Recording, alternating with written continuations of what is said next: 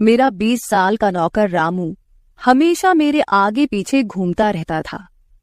मैंने उसे छोटा समझा था, लेकिन एक दिन उसने मुझसे कहा, मालकिन, मुझे छोटा समझने की गलती मत कीजिए। उस रात जब मैंने उसे देखा तो मैं आश्चर्यचकित हो गई थी, क्योंकि उस रात रामू ने 20 साल के लड़के की तरह नहीं, बल्कि 30 साल के आदमी की तरह मेरा। हेलो दोस्तों, आज की इस अनोखी कहानी में आप सभी का स्वागत है। जब से रामू मेरे पास सोने लगा था, तब से मेरे शरीर में बदलाव आने लगे थे। मुझे लगा था कि रामू छोटा है और उसे कुछ समझ नहीं आता होगा, लेकिन धीरे धीरे उसके असली रंग मुझे दिखने लगे। मैंने कभी सोचा भी नहीं था कि 20 साल का लड़का मेरी तरह की 40 साल की महिला को इतना सुख दे सकता है। रामू 20 साल का था। उसे मैं गांव से अपने घर काम के लिए लाई थी। मेरे घर में सिर्फ मैं और मेरा 1 साल का बेटा था।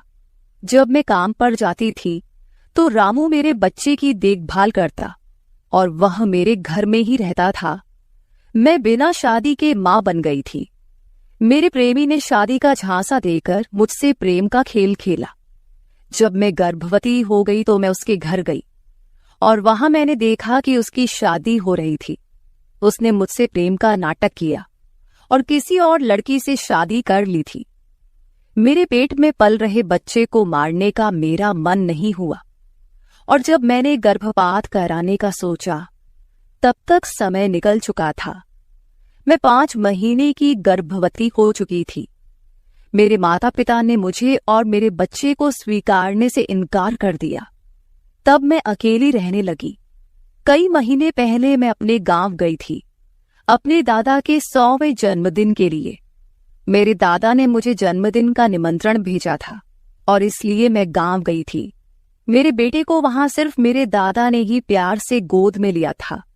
आरव उनके पास खेल रहा था। तभी ऑफिस से मेरा फोन आया और मैं कुछ देर के लिए फोन पर बात करने के लिए बाहर चली गई। जब मैं वापस आई तो मेरा आरव दादा के पास नहीं, बल्कि घर के एक नौकर के पास था। मैंने देखा कि आरव उस नौकर के पास अच्छे से खेल रहा था। मैंने अपने बच्चे को उस नौकर से लिया और वहां से जाने लगी। तभी उस नौकर ने मुझे रोका। वह कहने लगा, मालकिन, मुझे थोड़ी मदद चाहिए। मुझे पैसे की नहीं बल्कि काम की जरूरत है। उसने अपना परिचय दिया और कहा, मैं रामू हूं।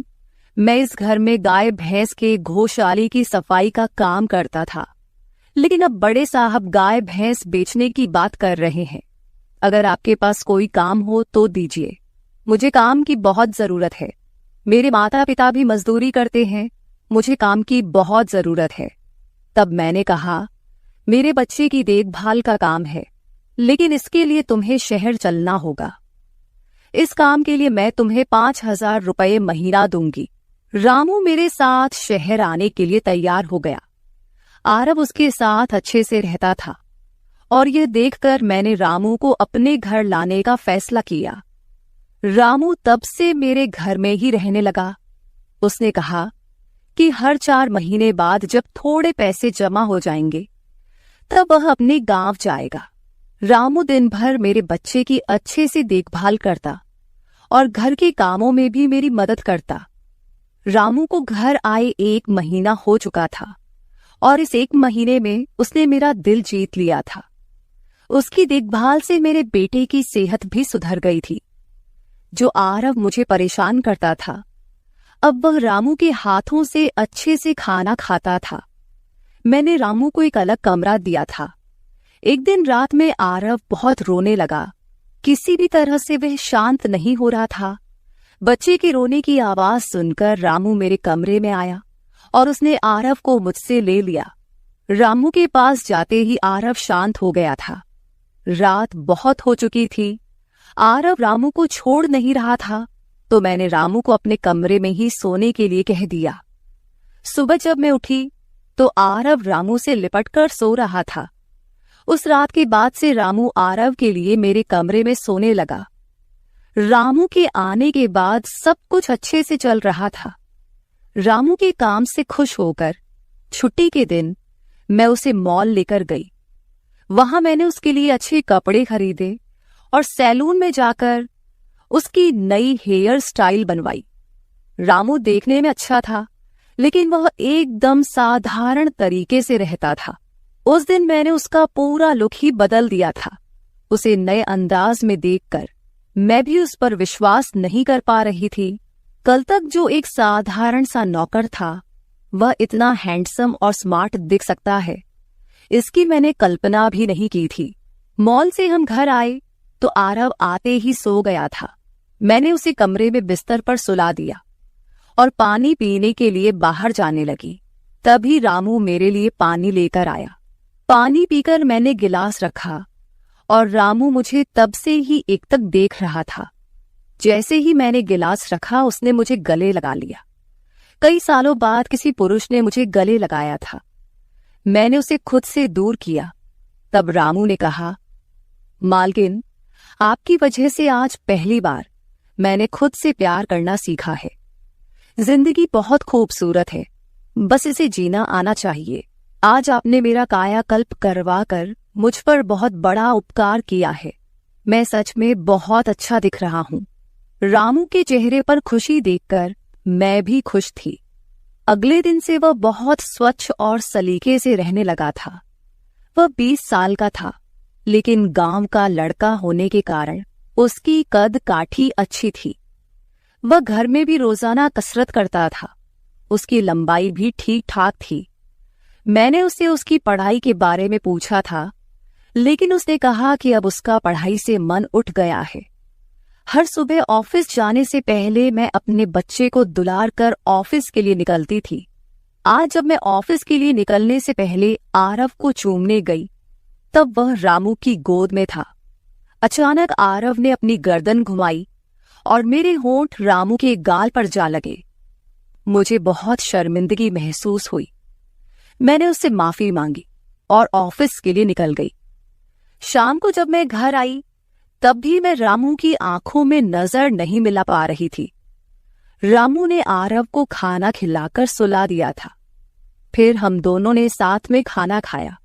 खाना खत्म करने के बाद मैं अपने कमरे में गई। वहां मैं अपनी दवाइयां ले रही थी। मुझे माइग्रेन की समस्या थी, उसी की दवा मैं ले रही थी। दवा लेने के बाद भी मेरा सिर बहुत दर्द कर रहा था। मैं अपने कमरे में सिर पकड़कर बैठी हुई थी। कुछ देर बाद रामू कमरे में आया। मुझे इस हाल में देखकर उसने पूछा कि क्या हुआ। जैसे ही उसे पता चला कि मेरा सिर दर्द कर रहा है, उसने मेरे सिर की मालिश शुरू कर दी। रामू की मालिश से मुझे आराम मिल रहा था। धीरे धीरे मुझे गहरी नींद आने लगी। उस रात मुझे बहुत अच्छी नींद आई थी। अगले दिन हमारे ऑफिस में ट्रेडिशनल डे का फंक्शन था और इसके लिए मैंने गुजराती लुक अपनाने का फैसला किया। मैंने घाघरा पहन लिया था, लेकिन स्कर्ट का नॉट बांधने में मुझे दिक्कत हो रही थी। तब मैंने रामू को कमरे में बुलाया और उससे नॉट बांधने को कहा। नॉट बांधते समय उसका हाथ मेरी खुली पीठ पर से गुजर रहा था। मैंने उसे छोटा समझा था, इसलिए मैंने उसे यह काम करने के लिए कहा था। मेरे पास और कोई विकल्प भी नहीं था।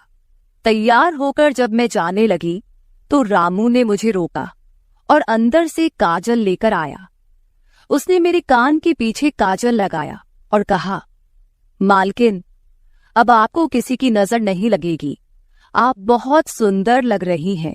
उसकी बात सुनकर मैं हंसी और चलने लगी। उस दिन शाम को जब मैं घर आई तो मेरे साथ मेरी एक सहेली और उसका प्रेमी भी आया। रामू ने आज बहुत अच्छा खाना बनाया था। मेरी सहेली प्रिया 4-5 दिन मेरे घर रुकने वाली थी। अगले 3 दिन उसका प्रेमी भी मेरे घर पर था। अगले दिन रात को रामू ने खाना बनाया और प्रिया और उसके प्रेमी को खाने के लिए बुलाया, लेकिन वे दोनों कमरे में ही ड्रिंक कर रहे थे। प्रिया तो बहुत ज्यादा पी चुकी थी। वह खाना खाए बिना ही सो गई। उसका प्रेमी रोहन हमारे साथ खाना खाने बैठा। उसने कहा, प्राची, तुम प्रिया से भी ज्यादा सुंदर हो। रोहन के बोलते ही रामू उसे गुस्से से देख रहा था। खाना खत्म करने के बाद रोहन अपने कमरे में चला गया। उसके जाते ही रामू मुझसे कहने लगा, मालकिन, आपके ये कैसे दोस्त हैं? मुझे उस आदमी की बात बिल्कुल भी अच्छी नहीं लगी। तब मैंने रामू से कहा, मैं तुझे घर के सदस्य की तरह मानती हूँ। इसका यह मतलब नहीं कि तू मेरे मेहमानों से कुछ भी कहे। तेरा काम है आए हुए मेहमानों की सेवा करना, इसलिए तू सिर्फ वही कर। बाकी मुझे कुछ सिखाने की जरूरत नहीं। रामू को डांट कर मैं अपने कमरे में चली गई। मैंने उसे डांट दिया था, फिर भी वह मेरे लिए पानी लेकर आया। तब मैंने अपनी दवा ली और पानी पीकर सो गई। आज रामू मेरे कमरे में सोने नहीं आया था, ऐसा मुझे लगा। लेकिन सुबह जब मेरी आंख खुली तो मैंने उसे अपने बगल में पाया। सुबह मेरी आंख खुली तो मेरे सामने प्रिया थी। वह बहुत गुस्से में लग रही थी। रामू को मेरे सामने लाया गया। उसके हाथ में प्रिया की ओढ़नी बंधी हुई थी। प्रिया ने कहा, तुम्हारे इस देहाती नौकर ने मेरे प्रेमी का हाथ तोड़ दिया है। रामू बस सिर हिलाता रहा और बोला, मालकिन, मैंने कुछ भी नहीं किया। रात को रोहन साहब नशे में थे, तभी उनका संतुलन बिगड़ गया होगा और वे गिर गए होंगे। रामू भला रोहन साहब पर हाथ क्यों उठाएगा? प्रिया अब भी नशे में लग रही थी, ऐसा मुझे लगा। रामू ने मेरे लिए उन दोनों से माफी मांगी। प्रिया और रोहन तभी वहां से चले गए। रामू मुझसे भी माफी मांगने लगा। मुझे पता था कि उसने कुछ नहीं किया था। आज मैंने छुट्टी ली थी क्योंकि कई दिनों से मैं बहुत व्यस्त थी। आज सोचा कि खुद के लिए थोड़ा समय निकालूं। नाश्ता करने के बाद मैं फिर से 1 घंटे के लिए सो गई। आरव भी मेरे साथ सो गया था। उठने के बाद मुझे 1 कप चाय की जरूरत महसूस हुई। मैं रामू को चाय बनाने के लिए पुकार रही थी, लेकिन उसकी तरफ से कोई जवाब नहीं आ रहा था। उसे ढूंढते ढूंढते मैं उसके कमरे में गई। वहां जाकर देखा कि रामू अभी अभी नहाकर बाथरूम से बाहर आया था। उसने शर्ट नहीं पहनी थी। मैंने पहली बार उसे इस तरह देखा। रामू का शरीर बेहद मजबूत था। उसका शरीर किसी योद्धा की तरह दिख रहा था। मैं उसे टकटकी लगाकर देख रही थी। मुझे उस वक्त कोई होश नहीं था। कई सालों बाद मैं किसी जवान पुरुष को इस तरह बिना कपड़ों के देख रही थी। मैं उसे टकटकी लगाए देख रही थी। तभी रामू ने मुझे आवाज दी। वह मेरे सामने शर्ट पहनकर खड़ा था, फिर भी मैं अपनी सुध-बुध खोए उसे देख रही थी। उसने मेरी आंखों के सामने चुटकी बजाई। तब मैं होश में आई और उससे कहा कि मेरे लिए चाय बना दे। आज घर में ही थोड़ा खुद का स्किन केयर करने का सोचा, इसलिए दोपहर के समय मैं अपने कमरे में अपना पार्लर चलाने लगी। उस समय मैंने शॉर्ट्स और गाउन पहन रखा था और मैं अपने पैरों का वैक्सिंग कर रही थी। वैक्सिंग करते समय गलती से मैंने थोड़ा ज्यादा गर्म वैक्स अपने पैर पर लगा लिया, जिससे जलन हुई और मेरे मुंह से तेज आवाज निकल गई। मेरी आवाज सुनकर रामू दौड़ता हुआ मेरे कमरे में आया। उसने मेरे जले हुए पैर को देखा। उसने मेरे पैर से गर्म वैक्स हटाया और वहां क्रीम लगा दी। उसके हाथ बार बार मेरे पैर पर अनजाने में फिर रहे थे और उस वक्त मेरे मन में जो भावनाएं उत्पन्न हो रही थीं, उन्हें व्यक्त करना मेरे लिए मुश्किल हो रहा था। रामू की नजर मुझ पर पड़ते ही मैं दर्द से कराह उठी। मुझे इस हालत में देखकर उसने कहा, बाई साहब, अब आप बस आराम से लेट जाइए। आपको जो भी करना है मुझे बताइए, मैं आपकी मदद कर दूंगा।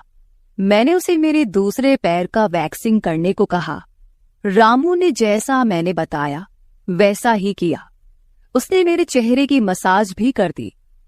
उसके स्पर्श से मुझे बहुत आराम मिला।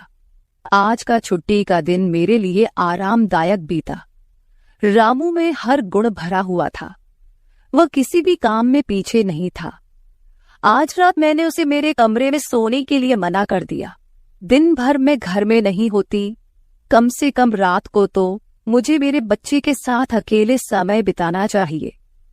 हर बार रामू का आना मुझे पसंद नहीं था, इसलिए मैंने उसे कमरे में सोने के लिए मना कर दिया। इस तरह दिन बीतने लगे। कुछ दिनों तक रामू के बिना आरव रात को सो नहीं पाता था, लेकिन धीरे धीरे उसने रोना बंद कर दिया। मुझे अपने अंदर कुछ बदलाव महसूस होने लगे थे। सुबह उठते ही मेरा शरीर बहुत दुखने लगता था। अचानक ये सब क्यों हो रहा है, समझ नहीं आ रहा था। कुछ दिनों में मेरी शारीरिक पीड़ा इतनी बढ़ गई कि मुझे बिस्तर से उठने की भी इच्छा नहीं होती थी। तब मैंने ऑफिस से 1 हफ्ते की छुट्टी ले ली। कुछ दिनों आराम किया, शायद थोड़ा ठीक हो जाऊं। अब पूरा वक्त आरव रामू के साथ रहता था। जब उसे भूख लगती तो वह बीच बीच में मेरे पास आ जाता। आज मैं अपनी कमर पकड़कर बैठी थी। रात को रामू पानी लेकर मेरे कमरे में आया। मेरी कमर पर हाथ देखकर उसने समझ लिया कि मुझे बहुत तकलीफ हो रही है। रामू ने कहा, भाई साहब, अगर आपको कोई आपत्ति ना हो तो मैं आपकी कमर की मालिश कर देता हूं।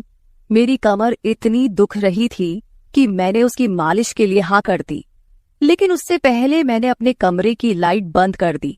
छोटे 0 बल्ब की रोशनी में मेरी कमर उसे नहीं दिखेगी, इसलिए मैंने कमरे की बड़ी लाइट बंद करके 0 बल्ब जला दिया। वह जब मालिश कर रहा था, मुझे बहुत आराम मिल रहा था। मालिश करने से मेरी पीड़ा जैसे झट से गायब हो गई थी। मालिश करते समय रामू ने मुझसे पूछा, भाई साहब, आपको आरव के पिता की कभी याद नहीं आती? आप इतनी सुंदर और जवान होकर भी अभी तक अकेली क्यों हैं?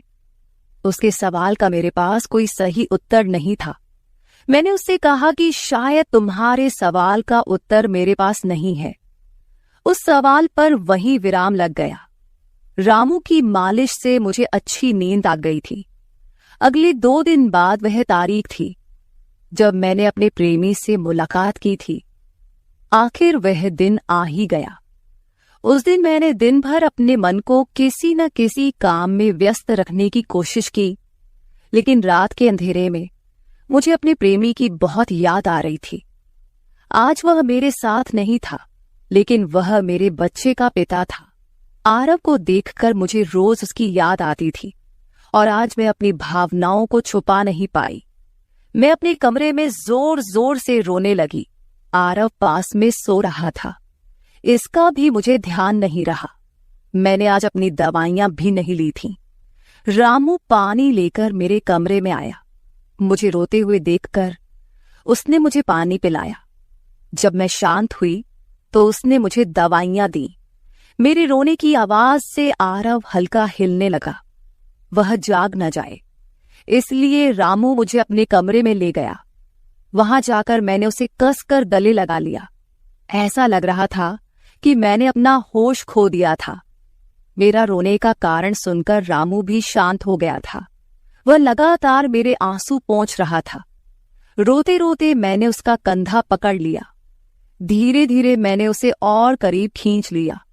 मैंने उससे कहा, रामू, आज की रात मैं तुम्हारे साथ बिताना चाहती हूं। तब रामू ने कहा, भाई साहब, मैं अभी छोटा हूं, मुझे कुछ भी नहीं आएगा। उसकी बात सुनकर मैंने उसे और पास खींच लिया। उस रात मैं उसके कमरे में थी, लेकिन सुबह जब मैं उठी तो वह मेरे पास नहीं था। उसकी शर्ट वहीं पड़ी हुई थी। जब मैं बाहर गई तो मैंने देखा कि रामू मेरे बच्चे को दूध और बिस्किट खिला रहा था।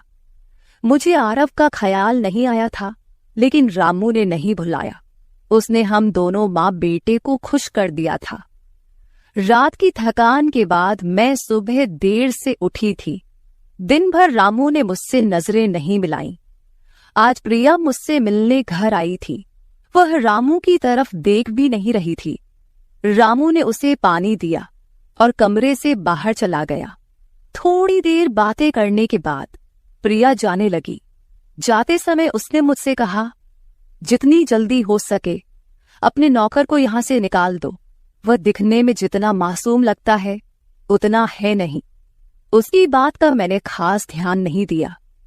रोज की तरह रात को खाना खाने के बाद रामू ने मुझे पानी का गिलास मेरे कमरे में लाकर दिया और उसने आरव को भी सुला दिया था। आरव आज बाहर हॉल में झूले में सो रहा था। रामू उसकी देखभाल कर रहा था। मैंने अपने कमरे की लाइट बंद कर दी। और सो गई। कुछ समय बाद मुझे आरव की आवाज सुनाई दी। उसकी आवाज से मेरी नींद खुली। मैं उठने वाली थी कि तभी उसकी रोने की आवाज बंद हो गई। कुछ समय बाद मुझे अपने कमरे का दरवाजा खुलने की आवाज सुनाई दी। मैं चुपचाप सब देख रही थी। रामू मेरे कमरे में आया था। उसने मेरे पास आकर ये देखने की कोशिश की कि मैं सो रही हूं या नहीं, और फिर उसने मेरा मोबाइल उठाया। उसकी वह खोजबीन देखकर मैंने जल्दी से कमरे की लाइट ऑन कर दी। मुझे जागता हुआ देखकर वह चौंक गया। मैंने उसके हाथ से अपना मोबाइल छीन लिया। मैंने उससे कहा, रामू, ये सब क्या चल रहा है? तुम इस वक्त यहां क्या कर रहे हो? वह कुछ नहीं कहकर वहां से जाने लगा, लेकिन मैंने उसे इतनी आसानी से छोड़ने का इरादा नहीं किया था।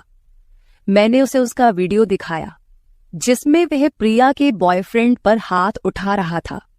उस दिन रोहन के मोबाइल का कैमरा गलती से चालू रह गया था और उसमें उनकी हाथापाई रिकॉर्ड हो गई थी। सुबह जब प्रिया मुझसे मिलने आई थी तब उसने मुझे वह वीडियो दिखाया था और तब से मैं रामू पर नजर रख रही थी।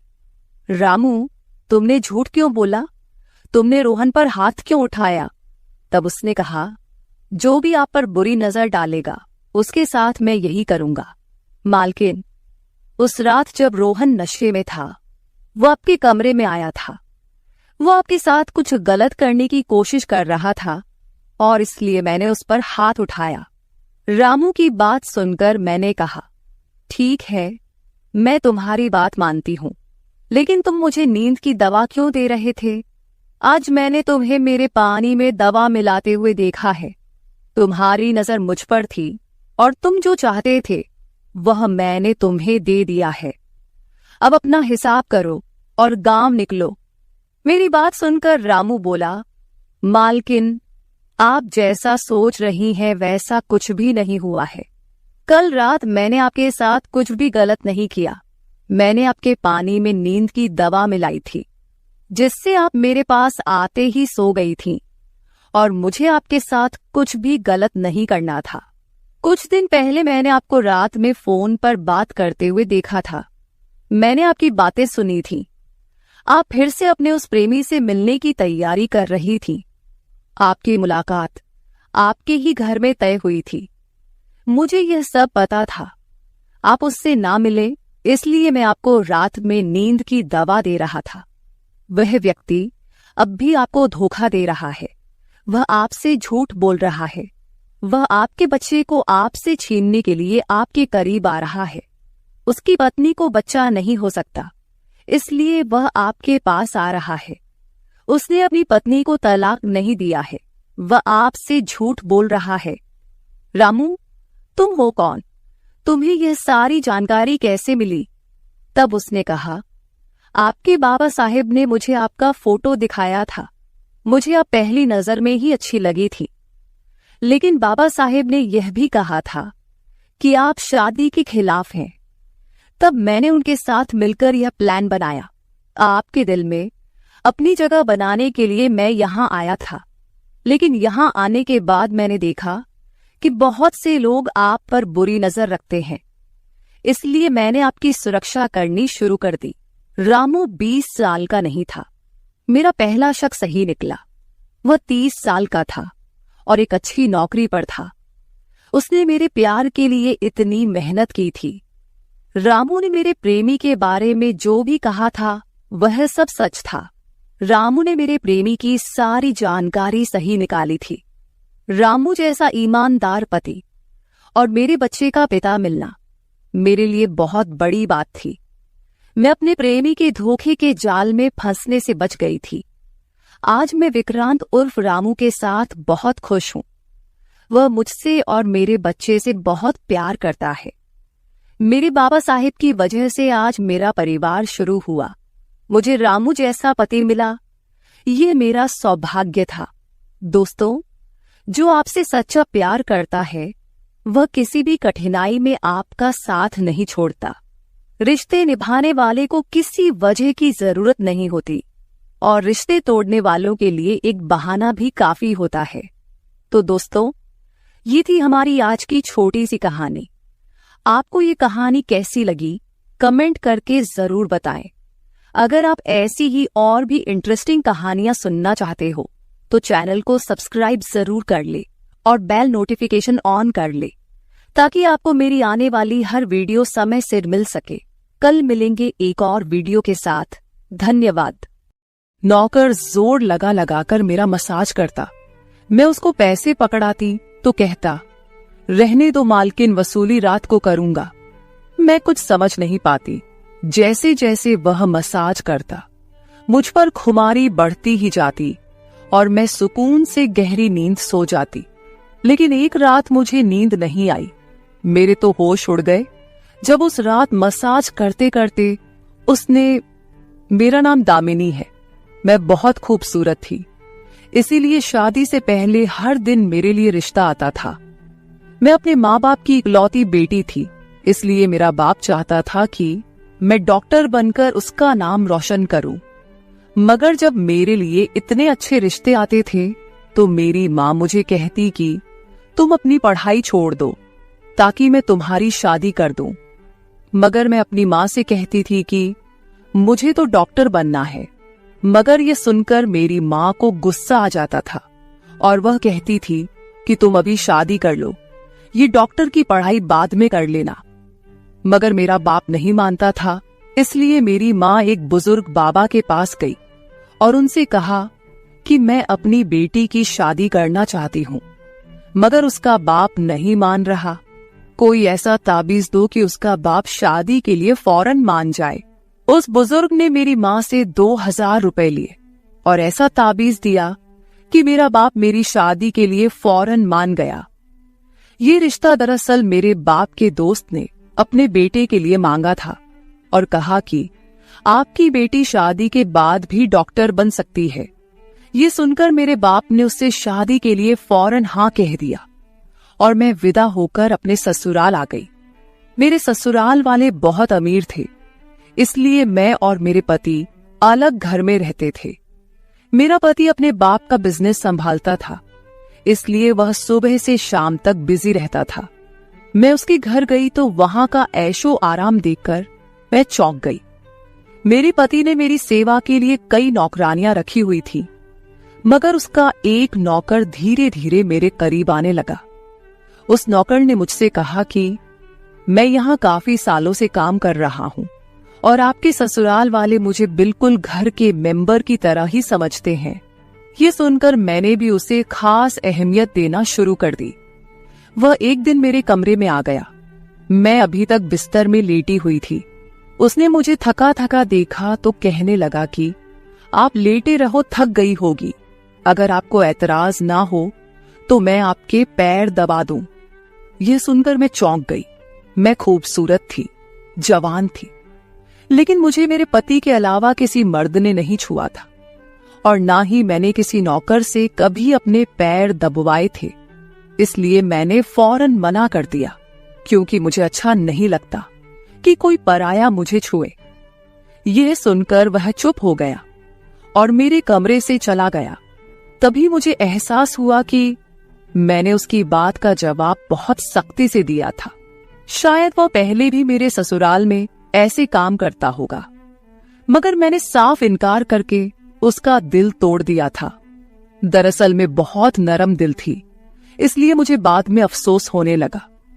मैं उसके बारे में सोचने लगी कि यह नौकर तो काफी जवान और खूबसूरत है, मुझे इससे पैर नहीं दबवाना चाहिए था। शायद मेरे पति को यह बात अच्छी न लगे। अगले दिन भी ऐसा हुआ। नौकर ने यही बात मुझे दोबारा कहा। मैं उस दिन बहुत थकी हुई थी, इसलिए मैंने अपने पैर बिस्तर से नीचे कर लिए और उससे कहा कि तुम मेरे पैर दबा दो। ये सुनकर वह खुश हो गया और उसने मेरे पैर दबाने शुरू कर दिए। वह इतने धीरे धीरे पैर दबा रहा था कि मुझे फिर से नींद आने लगी। ये देखकर वह नौकर कहने लगा, मालकिन, आपको नींद आ रही है, आप बिस्तर पर लेट जाओ, मैं आपके पैर दबाता रहूंगा। मैं जैसे मदहोशी में थी, इसलिए फौरन बिस्तर पर लेट गई। वह नौकर बिस्तर पर आ गया और मेरे पैर दबाने लगा। उसके बाद मुझे होश नहीं रहा और मैं सो गई। मुझे नहीं पता था कि मैं कितने घंटे सोती रही। मेरी आंख खुली तो मैंने देखा कि वह नौकर अभी तक मेरे पैर दबा रहा था। ये देखकर मुझे उस पर तरस आ गया और मैंने हाथ बढ़ाकर अपना पर्स खोली और कुछ नोट निकाले और उस नौकर के हाथ में रख दिए। ये देखकर वह शर्माने लगा। मालकिन, आप मुझे पैसे देकर शर्मिंदा कर रही है। मेरी सैलरी अच्छी है, मुझे इन पैसों की जरूरत नहीं है। ये सुनकर मैंने उससे कहा कि यह पैसे तुम्हारी मेहनत के हैं। ये सुनकर उस नौकर ने मुझसे वह पैसे लिए और मेरे कमरे से निकल गया। मेरा पति रात को देर से आता था, इसलिए मैंने शाम को फिर उस नौकर को अपने कमरे में बुलाया और उसे कहा कि तुम्हारी मालिश से मुझे बहुत अच्छी नींद आती है, इसलिए जब तक मेरा पति घर नहीं आ जाता तब तक तुम मेरे कमरे में ही रहना।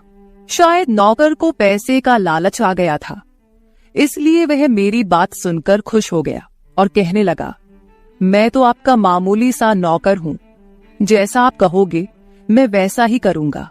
आपके पैर दबाता रहूंगा ताकि आपकी थकान उतर जाए और आपको सुकून मिले।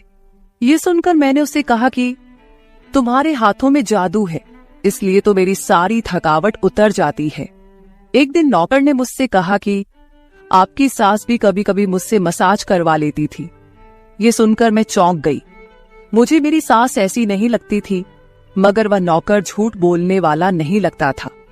मुझे ससुराल आए 1 महीना होने वाला था, इसलिए मैंने नौकरों को परख लिया था। वह मुझे हर बात सच ही कहता था।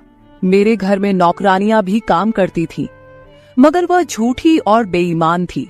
वह मुझसे जो बात सुन लेती थी उसे पूरे मोहल्ले में मशहूर कर देती थी, इसलिए मैं उन्हें अपने कमरे में नहीं आने देती। ये नौकर इस घर का पुराना नौकर था, इसलिए मैं उस पर भरोसा करती थी।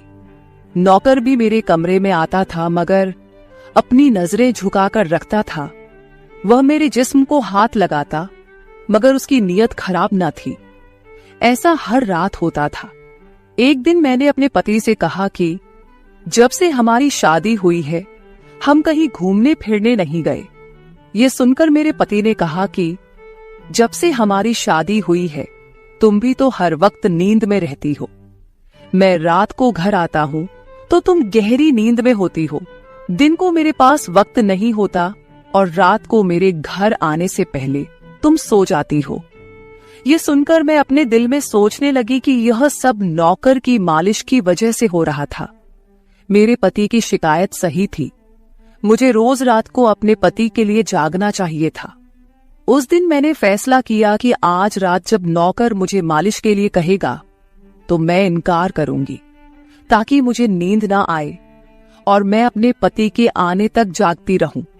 शाम हुई तो मैंने नहाकर खुद को खूब तैयार किया और दुल्हन बनकर बिस्तर पर बैठ गई। नौकर मेरे कमरे में आया तो उसने मुझे मालिश के लिए पूछा, मगर मैंने साफ इनकार कर दिया।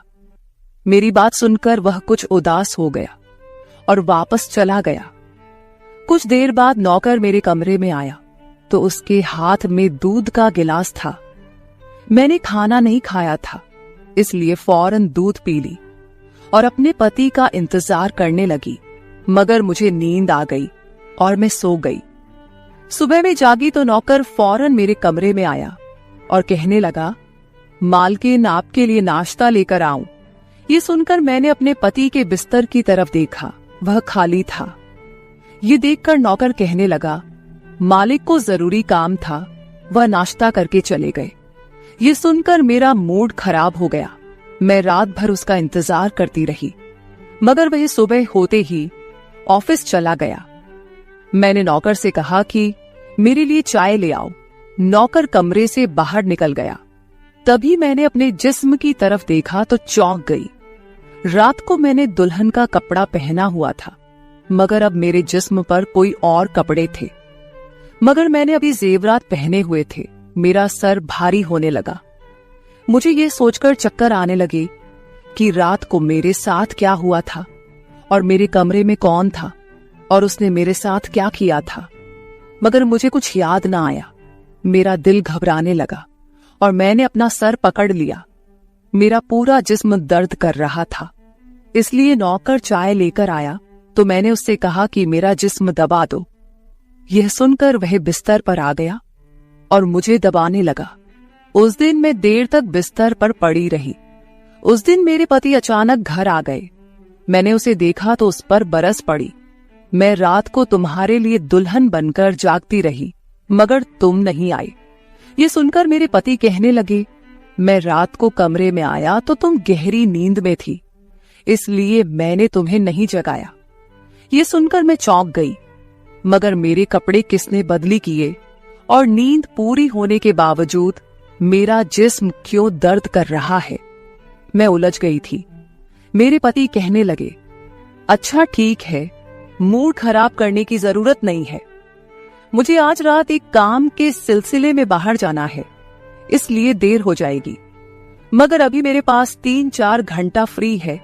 अगर तुम कहो तो हम अभी कहीं बाहर जा सकते हैं। ये सुनकर मेरा मूड खुद ब खुद ठीक हो गया और मैं सारी रात वाली बातों को भूलकर खुश हो गई। शादी के बाद यह पहला मौका था कि मैं अपने पति के साथ कहीं बाहर जा रही थी। मैं जल्दी जल्दी तैयार होने लगी, जबकि मेरा पति गाड़ी में बैठकर मेरा इंतजार करने लगा। उस वक्त नौकर मेरे कमरे में आ गया और मुझसे पूछा, मालकिन आप कहीं जा रही हैं क्या? ये सुनकर मैंने उससे कहा कि हाँ, मगर तुम क्यों पूछ रहे हो? ये सुनकर नौकर कहने लगा, मैं आपका नौकर हूं, मगर आपको यही सलाह दूंगा कि आप बाहर नहीं जाओ, क्योंकि आपका जिस्म थक जाएगा। ये सुनकर मुझे गुस्सा आ गया और मैंने उससे कहा कि तुम मेरे नौकर हो, मेरे पति बनने की कोशिश मत करो। ये कहकर मैं बाहर चली गई। न जाने मुझे किस बात पर गुस्सा आ गया था। मैंने उस नौकर को खूब खरी खरी सुना दी। वह भी अपनी औकात जान गया था। तभी तो मैं जब घर आई तो वह मेरे सामने नहीं आया। मेरे पति मुझे गेट पर उतारकर वापस बाहर जा चुके थे। जबकि मैं अंदर आई तो मेरा सारा जिस्म बुरी तरह दुख रहा था। शायद मेरे जिस्म को मालिश की आदत हो गई थी। तभी तो रात होते ही वह मालिश के लिए तड़पने लगता था, लेकिन मैंने उस नौकर को नाराज कर दिया था, इसलिए आज वह मेरी मालिश करने नहीं आया। मगर मुझे उसकी जरूरत थी, इसलिए मैंने एक नौकरानी को बुलाया और उस नौकर को बुलाने को कहा। थोड़ी देर गुजरी थी कि वह नौकर मेरे कमरे में आ गया, मेरे बिस्तर पर बैठ गया और चुपचाप मेरे पैरों को दबाने लगा। यह देखकर मुझे शर्मिंदगी हुई। मैंने उसे इतना बुरा भला कहा, मगर उसने मेरी बात को बिल्कुल बुरा नहीं माना। मैंने उसे चुप देखा तो कहने लगी, मुझे उस वक्त पता नहीं क्या हो गया था, इसलिए मैंने तुम्हें खरी खरी सुनाई। मैं इतने दिनों के बाद अपने पति के साथ कहीं बाहर जा रही थी, इसलिए मुझे तुम्हारा टोकना अच्छा नहीं लगा, इसीलिए मुझे माफ कर दो। मैं उसकी मालकिन थी और उसे इस काम के पैसे देती थी, मगर अब भी मुझ में इंसानियत जिंदा थी, इसलिए मैंने मालिक होकर भी नौकर से माफी मांग ली, क्योंकि वह भले ही नौकर था, मगर वह एक इंसान भी तो था। मेरी बात सुनकर वह नौकर कहने लगा, मैं आपका नौकर हूं, इस काम के लिए मैं आपसे सैलरी लेता हूं, इसलिए आपको हक है, आप जो चाहे मुझे कह दे। ये सुनकर मैं चुप हो गई, मगर मैंने सोच लिया था कि आइंदा इससे ऐसा कुछ नहीं कहूंगी। वह उस रात देर तक मेरी मालिश करता रहा और फिर मुझे नींद आ गई। मुझे नहीं पता था कि नौकर मेरे कमरे से कब निकला और कब मेरे पति घर पर आए। मैं सुबह उठी तो मेरा पति बाथरूम में था और बाहर जाने के लिए तैयार हो रहा था। मैं उसे हैरानी से देखने लगी। पता नहीं आजकल मुझे क्या हो रहा था। नौकर की मालिश से मुझे इतनी गहरी नींद आती कि मुझे किसी बात का होश ना रहता था। मुझे इस बात का भी पता नहीं चलता था कि मेरा पति कब कमरे में आता था। मैं सोचने लगी कि इस नौकर की मालिश में ऐसा क्या जादू था कि वह मेरे पति के आने से पहले ही मेरी मालिश करता, तो मैं अचानक गहरी नींद में सो जाती थी। सुबह जब मैं उठती तो मेरा सर भारी महसूस होता और मैं चलने फिरने के काबिल नहीं रहती। मगर यह बात मैंने अपने पति को नहीं बताई, क्योंकि मैं नहीं चाहती थी कि ये बात मेरे पति को पता चले कि मैं उस नौकर से मसाज करवाती थी। एक दिन मेरा पति दिन के वक्त घर पर ही रहा। मैंने नौकर से घर के सारे काम करवाए, अपने कमरे में नहीं आने दिया। नौकर भी घर के सारे काम करता रहा और मसाज वाली बात किसी के सामने अपने मुंह से नहीं निकाली। मैं भी चाहती थी कि यह बात किसी को पता ना चले। इस दौरान जब मेरा पति घर से बाहर जाता था, मैं उस नौकर को कमरे में बुला लेती थी। मगर एक दिन मेरा पति अचानक ही घर आ गया और मैं कमरे में थी। यह देखकर मैं बहुत घबरा गई और सोचा कि पति के आने से पहले नौकर को भगा दूं। मगर यह नौकर भी बड़ा समझदार था। मेरे पति के आने से पहले दूसरे काम पर लग गया और मेरे पति को कुछ पता नहीं चला। मैं मसाज घर की नौकरानियों से भी करवा सकती थी, मगर उस नौकर के हाथ में क्या जादू था कि मैं उसे हर रोज अपने कमरे में बुला लेती थी। मुझे पता नहीं क्या हो जा रहा था। जिस रात मैं नौकर से मसाज नहीं करवाती थी, उस रात मेरे पूरे जिस्म में दर्द हो जाता था। सुबह मैं जागती तो मेरा सर भारी हो जाता था और मुझे थकान भी हो जाती थी। एक रात मैंने नौकर से मालिश करवाई और गहरी नींद सो गई। सुबह मेरी आंख खुली तो फिर से मेरे कपड़े चेंज हो चुके थे। ये क्या माजरा था? ऐसा कौन करता था? क्या मेरा पति मेरे साथ ऐसा कर रहा था? मैं सोच में पड़ गई। मैंने शीशे के सामने जाकर देखा तो चौंक गई। मेरे पूरे जिस्म पर लाल निशान पड़ गए थे। यह कैसे निशान थे? मैं अपने जिस्म पर हाथ फेरने लगी। मैं जैसे उस निशान को मिटाना चाहती थी, मगर ऐसा न हुआ। अगले दिन फिर मैंने अपने जिस्म को देखा कि निशान खत्म होने के बजाय फैलने लगे थे। मैं घबरा गई। तभी मेरे कमरे में नौकर आ गया और उसने मुझे मालिश को कहा। मैं उस निशान को छुपाना चाहती थी, इसलिए उसे कहा कि आज तुम सिर्फ मेरे पैर दबा दो। उसने मुझसे कुछ नहीं पूछा, मगर मैं अंदर ही अंदर डर रही थी। किसी दिन मेरे पति ने यह निशान देख लिए तो मैं उसे क्या जवाब दूंगी। मैं ये सोच सोचकर थक चुकी थी, इसलिए मैंने तकिए पर पैर रख दिए। नौकर मेरा मसाज करने लगा। मेरी आंखें नींद से बंद होने लगी थी। तभी मुझे नौकर ने ऐसी बात कह दी जिसे सुनकर मेरे होश उड़ गए। उसने मुझसे कहा, मालकिन आप मुझे बहुत अच्छी लगती हो। मेरी आंखें बहुत बोझल होने लगी थी। मुझे उसकी बात समझ नहीं आई और फिर मैं गहरी नींद सो गई। सुबह मेरी आंख खुली तो मेरा पति भी बिस्तर में लेटा हुआ था। मेरा सर भारी हो रहा था और जिस्म दर्द से छूट रहा था, मगर उसके बावजूद मैं अपने पति के करीब गई और उसे धीरे से उस निशान के बारे में बता दिया। मैंने सोचा कि यह निशान बढ़ रहे थे, इसलिए मुझे यह बात अपने पति को बता देनी चाहिए। ये सुनकर मेरे पति ने मेरे जिस्म से कपड़ा हटाया तो वह उछल पड़ा।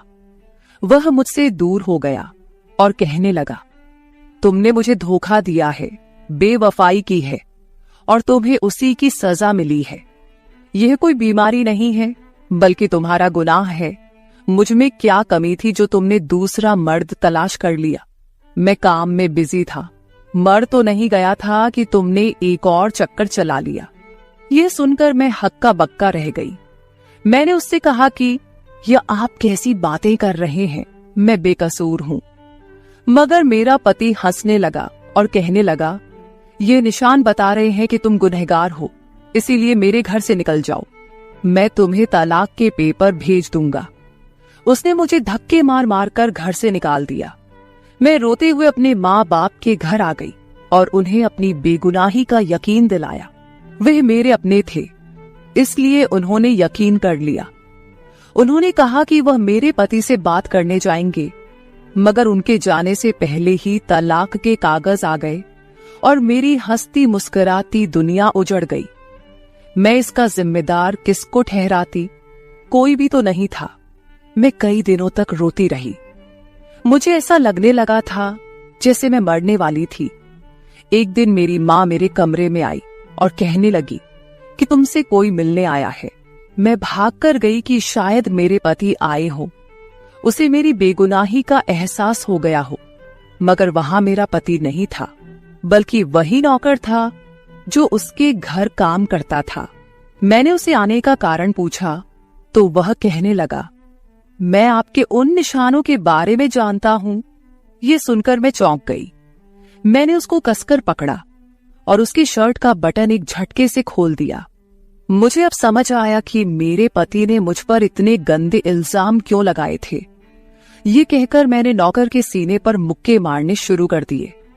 मैंने कहा, ये निशान मेरे जिस्म पर कैसे आए? तुमने मसाज के बहाने मेरे साथ क्या क्या किया था? मुझे सच सच बताओ।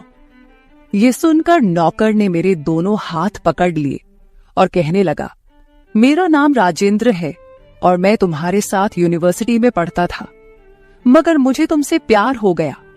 मैं भी डॉक्टर बनना चाहता था और मैंने सोचा था कि जब हम दोनों डॉक्टर बन जाएंगे तो मैं तुम्हारे बाप से तुम्हारा हाथ मांग लूंगा। मगर एक दिन तुम्हारी सहेली की जुबानी मुझे पता चला कि तुम्हारी माँ तुम्हारी शादी जल्द करना चाहती है, इसलिए मैंने डर कर तुम्हारे घर रिश्ता भेजा। मगर तुम्हारे बाप ने इनकार कर दिया और कहा कि मैं अपनी बेटी की शादी तब करूंगा जब वह डॉक्टर बन जाएगी। इसलिए मैं टेंशन फ्री होकर अपनी पढ़ाई करने लगा। मुझे 1 हफ्ते के लिए अपने कजिन की शादी के लिए शहर से बाहर जाना पड़ा, तभी तुम्हारी शादी हो गई। वह यह सब मुझसे कह रहा था और मैं चुपचाप उसे देख रही थी। जब मैं वापस आया तो मेरी मोहब्बत किसी और की दुल्हन बन चुकी थी। मैं तुम्हारे प्यार और दीवानगी में तुम्हारे ही घर का नौकर बन गया ताकि मैं तुम्हारे करीब रह सकूं।